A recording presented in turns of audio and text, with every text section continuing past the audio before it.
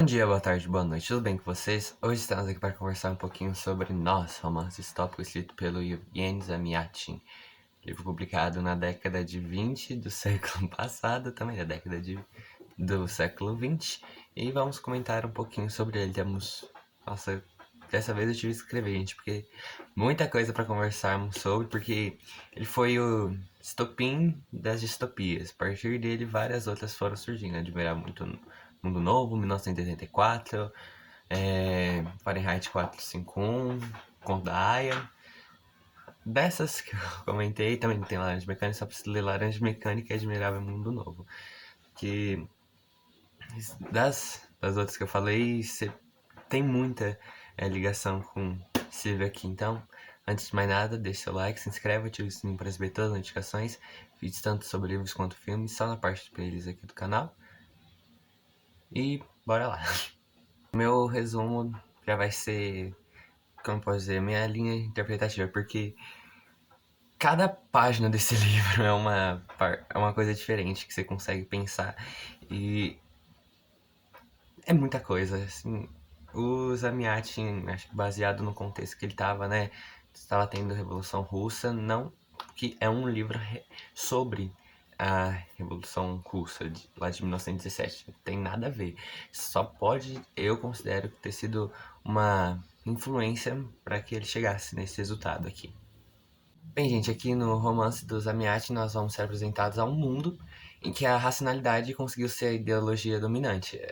Porque você não vai ter nenhuma outra ideologia sem ser a revolucionária que está surgindo. E essa racionalidade, ela preza um estilo de vida distoante da nossa realidade, nossa aqui do século XXI. É, Aqui você tem uma dualidade. Ou você detém a liberdade total, ou você detém a felicidade total. Se você tem um, você não pode ter o outro. Então, aqui, nessa distopia, nesse romance distópico, quem vai ser o regime dominante é o governo do Estado Único.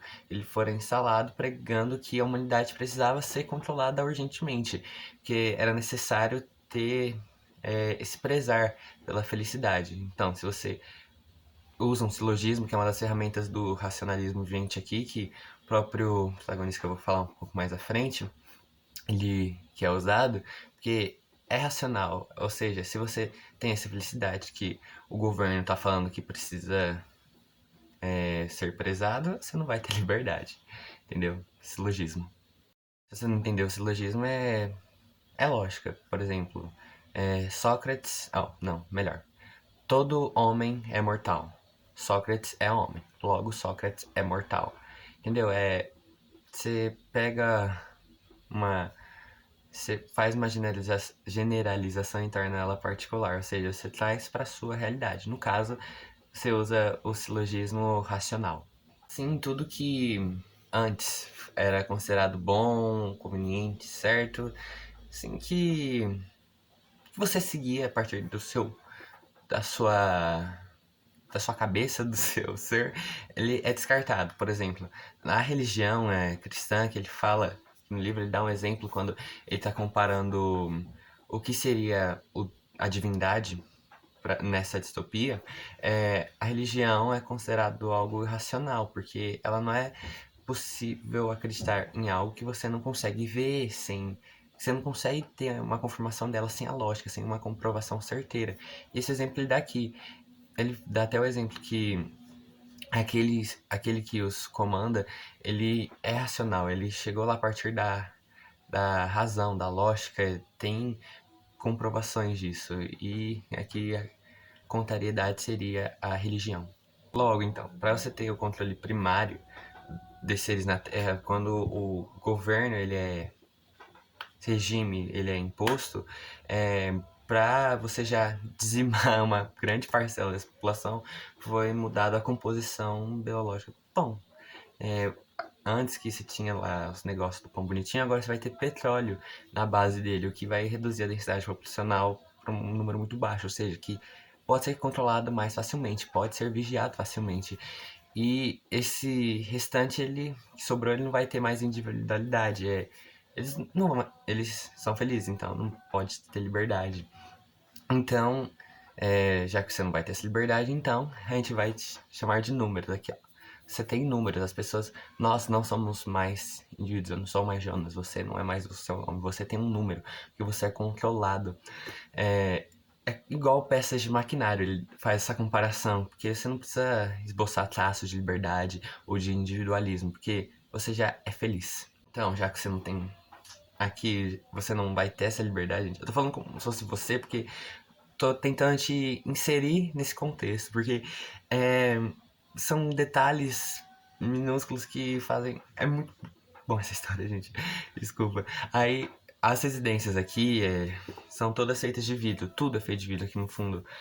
Tudo, você consegue ver quem tá do seu lado, quem tá embaixo de você, tudo. Você consegue ver tudo. Todas as casas são de vidro, camas, louça, tudo. Você não tem o conceito da propriedade privada. Você não tem isso. Porque agora ela vai ser propiciada pelo Estado. Ou seja, ele vai te dar, mas ele vai controlar, ele vai vigiar. E além disso, esse controle, você já inserido na sociedade, também é controlado quem nasce e com quem os seus prazeres podem ser saciados ou não. Ou seja, só vai poder, além de você ter esse controle de quem você pode, por exemplo, ter uma atividade sexual, você vai ter um tempo cronometrado, você tem um tempo específico durante o seu dia para fazer isso. Então, para você conseguir ter essa associação, você até precisa de um talão rosa que é próprio para uma pessoa e ela depois tem que assinar, ou seja, o negócio é difícil. Antes de eu começar a falar um pouquinho da protagonista, só vou deixar claro. O líder aqui dessa distopia é o nome dele é Benfeitor. Benfeitor. Em 1984, pera, deixa eu pegar aqui. Aí, você tem o olho que tudo vê, que é o grande irmão. Aqui não tá mostrado, só que é o Benfeitor. É o nome dele que anualmente ele é escolhido de forma unânime pela população. E ele vai continuar no poder. É como se ele fosse a divindade, como eu falei. Só que racional. Então, ao longo dessas um pouco mais de 300 páginas, a gente vai acompanhar a nossa protagonista. O nome dele é D503, que ele vai...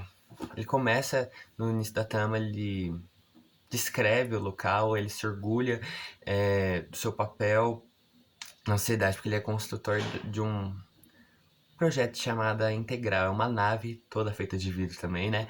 E ela vai levar esse governo para a órbita do planeta, que é mais uma maneira de vigiar os números. E, como toda boa distopia, você vai ter essa figura da protagonista que ela vai ser...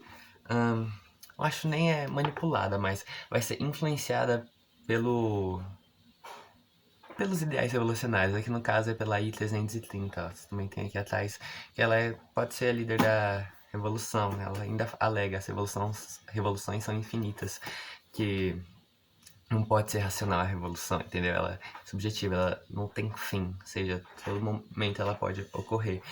Só que D503 se apaixona por I-330. Gente, é tão esquisito falar em número, não dá.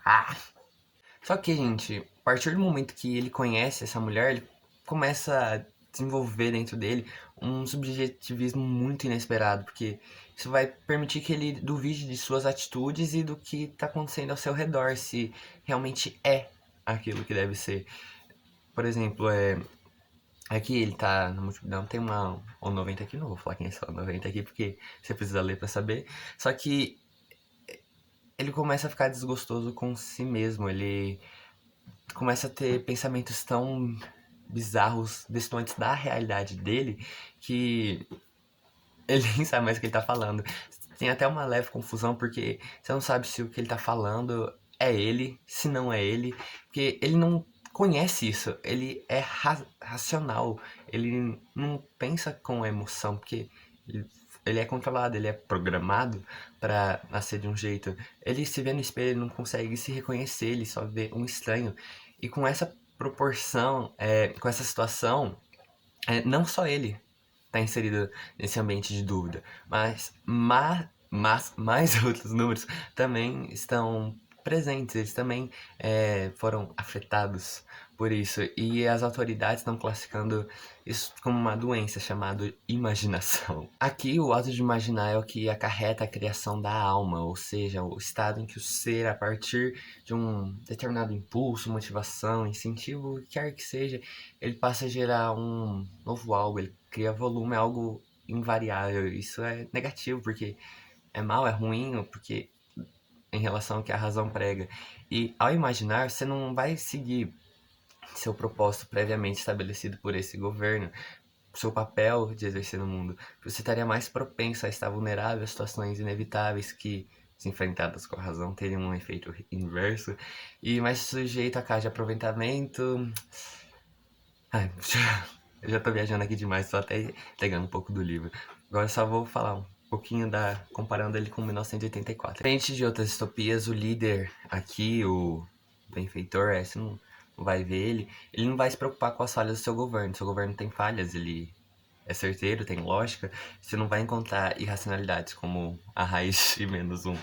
E outras distopias, você tem essas falhas no governo.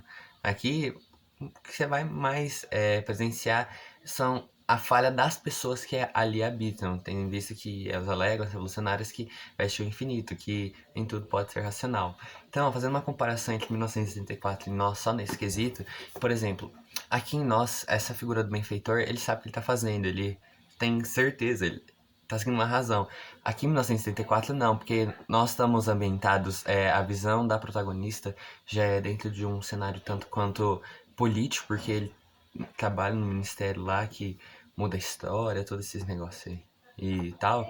E ele vê as falhas do governo, porque quem tá aqui, o grande irmão, ele acho que ele nem sabe o que ele tá fazendo direito da vida, entendeu? Então se você faz uma comparação com nós, você consegue perceber isso. Para nós de Evgeny Zamyatin, eu vou dar uma nota. Ah, mesmo tendo mais dificuldade com a leitura, gente, eu vou dar uma nota 10. Esse livro é muito bom. Vou mostrar, gente, um pouquinho dessa minha edição. Pera aí, cadê o. Aqui. Ela vem com um marca-página, ó. Frente e verso. A primeira parte aí, igualzinha aqui, a capa. Que a diferença é que você consegue terminar de ver o resto do corpo do D503. E aqui atrás você tem a parte de trás aqui, ó. Que aí 330 alegando que as revoluções são infinitas. Aqui, ó.